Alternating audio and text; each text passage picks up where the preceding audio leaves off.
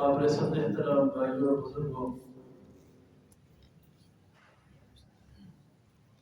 کل کا دن مسلمانوں نے سڑکوں پہ احتجاج، ریلیاں، جلسے اور جلوس کر کے اس بات کے غم و غصے کا اظہار کیا کہ نیدرلینڈ میں اور سویڈن کے اندر جو قرآن مجید کی بے حرمتی کی گئی ہے، ہم سب اس کے اوپر دکھی ہیں، اور اس میں کوئی شک نہیں ہے کہ ہر مسلمان، ہر مومن اس واقعے کے اوپر اس کا دل پریشان ہے۔ لیکن میرے محترم بھائی اور بزرگوں،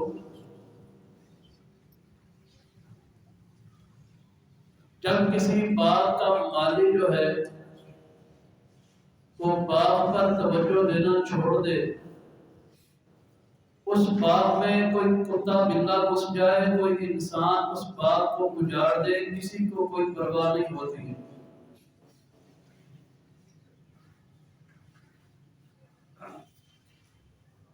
جس چیز کا رکھوالا کوئی نہ ہو، اس زمین پر کوئی آ کے اپنی جھونپڑی لگا کے بیٹھ جائے، کوئی جانور باندھ دے،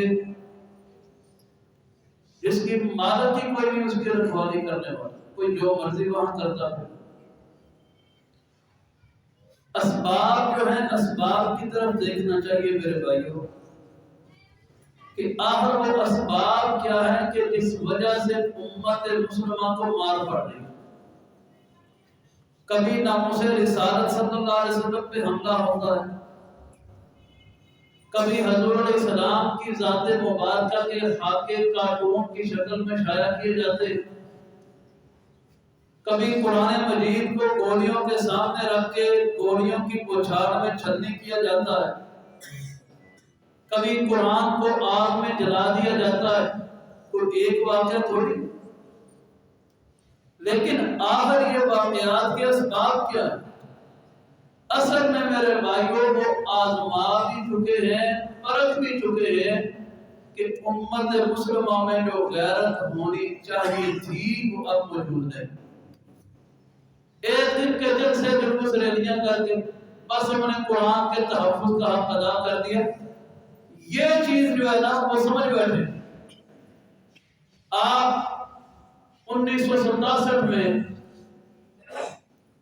جب اسرائیل نے بیت المقدس پہ، مسجد اقصی پہ حملہ کیا، فلسطین کے علاقوں پہ قبضہ کیا، تو فلسطین کے علاقوں پہ قبضہ کرنے کے بعد یہ تاریخ ہے میرے بھائیوں، جو قوم تاریخ کو بھول جائے وہ قوم ہمیشہ مار کھاتی ہے۔ اس وقت اسرائیل کی جو وزیر اعظم تھی اس کا نام تھا گولڈا میرا۔ آپ یوٹیوب پہ آج بھی اس کا انٹرویو نکال کے سن لیجیے، اس کا انٹرویو موجود ہے۔ وہ کہتی ہے کہ جب ہم نے فلسطین کے علاقوں میں بمباری کی، ہمارے فوجی مسجد اقصی میں داخل ہوئے، بیت المقدس کے علاقے ہم نے قبضے میں کیے، تو مجھے یہ تھا کہ رات میں پوری امت مسلمہ ہم پہ ٹوٹ پڑے گی، ہم صبح کا سورج نہیں دیکھ پائیں گے۔ لیکن ایک دن گزرا، دو گزرا، تین گزرے، جب ہم نے دیکھا کہ ان میں کوئی سکت ہی نہیں، ہمارے حوصلے بڑھ گئے۔ اس دن سے آج کے دن تک وہ جناب مسلمانوں کے علاقوں پہ قبضے کرتے چلے آ رہے ہیں۔ ہم خالی سڑکوں پہ احتجاج اور مذمت کے علاوہ کچھ نہیں کرتے۔ ہاں اگر جرأت دکھانی ہو، ایمانی جرأت ہو، اندر غیرت ہو، جس کو صحیح ایمانی غیرت کہتے ہیں، تو پھر اس کے نمونے اپنے اسلاف کی تاریخ کے اندر اٹھا کے دیکھیے۔ معتصم باللہ کی حکومت کے دور میں یہ ترکی عیسائیوں کا علاقہ تھا، کبھی اس علاقے میں ایک عیسائی اپنی مسلمان لونڈی کو تھپڑ مارتا ہے اور وہ آسمان کی طرف منہ کر کے آواز لگاتی ہے، واہ معتصمہ، اے معتصم، تیری کلمہ کو بہن کو تھپڑ لگے اور تیری فوجیں کدھر ہیں؟ عیسائی پھر تھپڑ مارتا ہے، مذاق اڑاتا ہے، کہہ جاتا ہے کہ تیرا کیا خیال ہے، تجھ ایک خاتون کی خاطر معتصم باللہ کبھی آئے گا یہاں پہ؟ وہاں ایک مسلمان تاجر گزر رہا تھا، اس نے یہ تھپڑ مارتے ہوئے عیسائی کو دیکھا، عورت کی چیخوں پکار سنی، وہ جناب معتصم باللہ کے دربار میں گیا، سارا واقعہ جا کے بیان کیا، تاریخ کی کتابیں اٹھا کے پڑھیے۔ معتصم باللہ نے اپنی فوج کو حکم دیا، 4000 جنگی گھوڑوں پہ لشکر تیار کیا گیا، معتصم خود ساتھ تھا، اس تاجر کو لیا گیا، ادھر ترکی کے علاقے میں پہنچا، اس تاجر سے کہتا ہے بتا کس جگہ پہ میری کلمہ پڑھنے والی مسلمان بہن کے چہرے پہ تھپڑ مارے گئے؟ اس نے مقام کی طرف اشارہ کیا، سارے علاقے کے عیسائیوں کو مسلمان فوجوں نے گھیرے میں لیا، جب اس عیسائی کو سامنے لایا گیا، معتصم باللہ گھوڑے سے اترا، تھپڑ مارا اور کہتا ہے تو سمجھتا تھا ایک مسلمان خاتون کے لیے معتصم نہیں آنے والا، لے میں معتصم باللہ تیرے سامنے کھڑا۔ علاقہ فتح ہو، جب غیرت امت میں زندہ تھی، ایک مسلمان بہن کی پکار پہ عرب سے محمد بن قاسم یہاں پہ آیا اور پورے سندھ کے علاقے کو فتح کر کے گیا۔ جب غیرت زندہ ہو تو پھر قومیں یوں کرتی، اس قوم نے کیا کرنا جو کشکول اٹھا کے مانگتی پھرے پوری دنیا سے، اور بکاری کی بھی کبھی کوئی عزت ہوتی، جو ٹبے ٹبے کے لیے ڈالروں کے لیے پوری دنیا کے سامنے ذلیل ہوتے پھرے، ان کے احتجاج کی دنیا کے سامنے رکت کیا ہے؟ وہ سمجھتے ہیں کہ کن کے سامنے احتجاج کر رہے ہو، کل کو ہم سے تم نے مانگنے آنا۔ احتجاج جب ہوتا ہے، صلاح الدین ایوبی کی تاریخ کو پڑھیے، ریجینالڈ ایک بندہ تھا عیسائی، اور مسلمانوں کے لوگ کافرے جاتے تھے جناب حج عمرہ کرنے کے لیے، رستے میں خصوصاً ان کافروں کو ٹارگٹ کر کے حملہ کرتا تھا۔ جب حاجیوں نے چیخنا پکارنا، ریجینالڈ کہا کرتا تھا بلاؤ اپنے نبی محمد کو صلی اللہ علیہ وسلم، تمہارا جو دین سچا ہے بلاؤ اپنے نبی کو، پکارو تمہاری مدد کے لیے آئیں۔ وہ بدماش کو اسلام کا مذاق اڑاتا تھا۔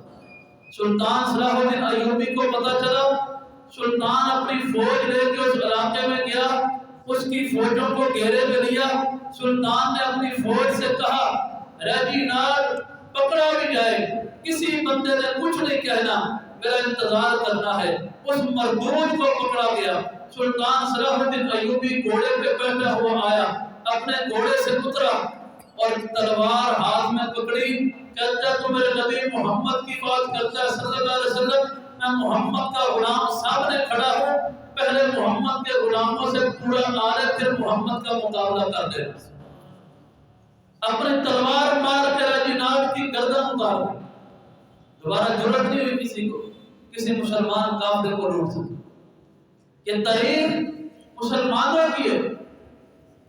جب قسطنطنیہ فتح کیا، جس کے بارے میں نبی صلی اللہ علیہ وسلم کی بشارت موجود ہے کہ جو لشکر قسطنطنیہ کو فتح کرے گا اس میں ہر شریک بندے کو جنت کی بشارت، ہر شریک بندے۔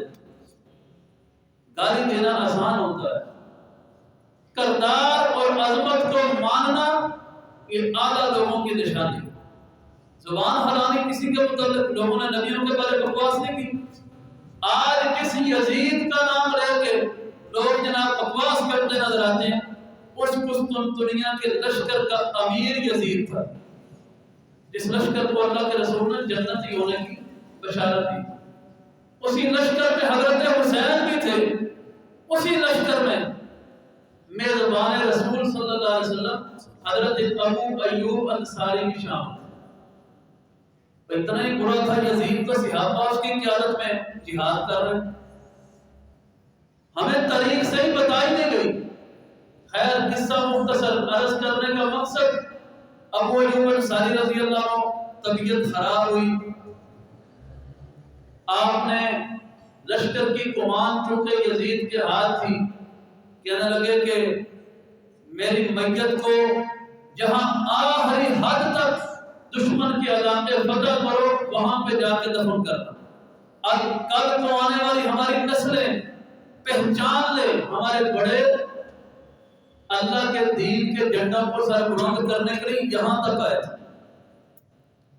جناب حضرت ابو ایوب انصاری رضی اللہ عنہ وفات پا گئے۔ آخری جہاں تک مسلمان فتح کرتے کرتے گئے۔ آج بھی نیٹ سے دیکھیے ابو ایوب انصاری کی قبر کہاں پہ ہے؟ اٹلی کے اندر مارتے مارتے عیسائیوں کا مسلمان یہاں تک آئے، وہاں ابو ایوب انصاری رضی اللہ عنہ کو دفن کیا گیا۔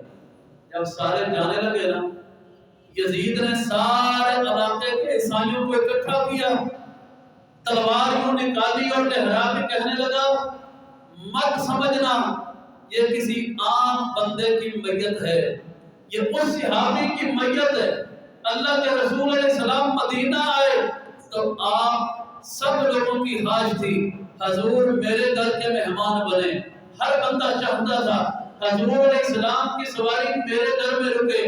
آپ نے ایک جملہ فرمایا لوگوں میری سواری کا رستہ چھوڑ دو، یہ وہیں رکے گی جہاں عرش والا چاہے گا۔ تو سواری حضرت ابو ایوب انصاری کے گھر کے سامنے رکی تھی۔ یہ میزبان رسول ابو ایوب انصاری کو ہم دفن کر کے جا رہے ہیں۔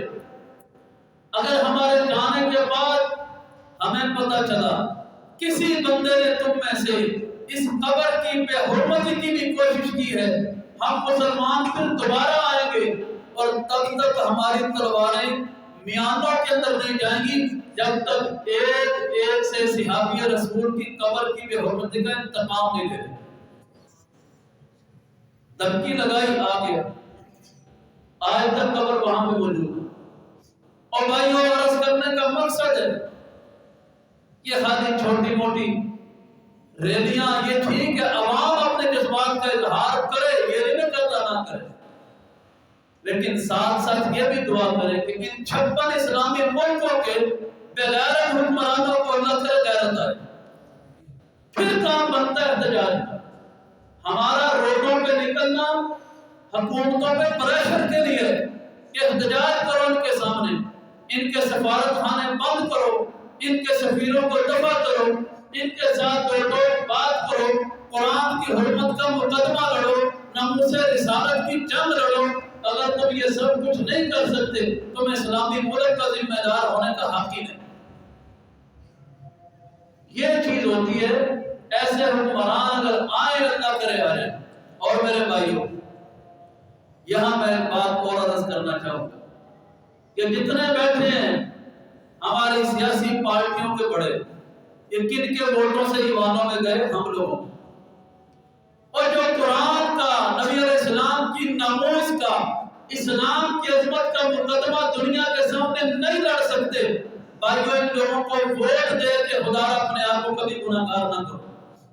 یہ اس قابل ہی نہیں اسلام کی جنگ کو لڑ سکے، اسلام کے دفاع کے لیے کوئی 4 کلمے بول سکے، اسلام کے دفاع کے لیے کوئی بھرپور احتجاج کر سکے۔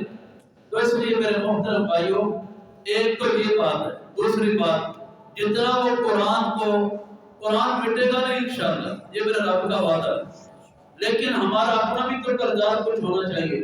جتنا وہ قرآن سے نفرت کا اظہار کرتے ہیں ہمیں اتنا ہی اپنے رب کریم کے کلام سے محبت کا اظہار کرنا چاہیے۔ تو میرے بھائیوں عہد کرو کہ ہم جتنے بھائی یہاں بیٹھے ہیں میرے سمیت آپ سب وعدہ کریں اپنے رب سے انشاءاللہ روزانہ قرآن مجید کی تلاوت کیا کریں۔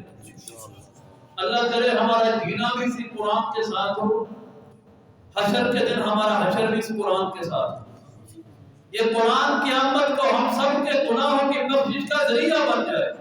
تو میرے بھائیوں احتجاج کرنا ہمارا شرعی اخلاقی فریضہ ہے، لیکن حکمرانوں کے خلاف بھی یہ آواز اٹھانی چاہیے کہ ان کو شرم آئے، یہ ان کے سامنے آئے، کفر کے سامنے احتجاج کریں، نہیں تو کل کو یہ ووٹ دینے کے حقدار نہیں۔ اللہ تعالیٰ سمجھنے کی عمل کرنے کی توفیق عطا فرمائے۔